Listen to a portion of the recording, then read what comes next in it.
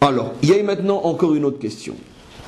Ilan Shuraki, il ne dit pas d'où il est, mais je sais, il est de Ranana. Pensez-vous que la guerre engagée va continuer jusqu'à Rosh Hashanah prochain? Écoutez, il y a un principe, Altif Tarpe la Satan, on n'a pas le droit de souhaiter de mauvaises choses.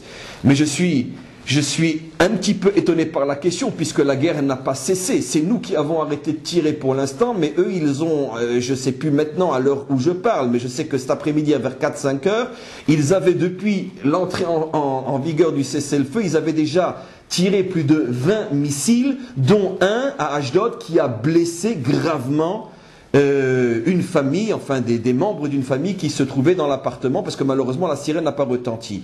Donc je pense que la guerre ne va pas cesser, elle va peut-être avoir des hauts et des bas, mais je pense qu'on a tous compris que c'est absolument impossible qu'il y ait la paix avec le Hamas, pour deux raisons. Une, d'abord, on pourrait dire profane, que tout le monde peut comprendre, parce qu'on a affaire à on pourrait dire à des créatures, je ne veux pas dire des hommes, mais à des créatures qui, comme ils le disent eux-mêmes, aiment plus la mort que nous aimons la vie. Ça veut dire que eux voient dans le fait d'aller jusqu'à la mort, on pourrait dire le but même, le sens même de leur existence. Ils veulent et cherchent la mort. Et donc la pire des choses qui pourrait leur arriver, c'est de vivre comme des gens normaux. C'est contraire à leur foi profonde. Leur foi profonde est qu'ils doivent mourir pour prouver à Allah qu'ils sont de véritables fidèles, de véritables croyants. Donc c'est absolument impossible qu'ils s'arrêtent, parce que ça serait leur demander finalement de nier leurs convictions.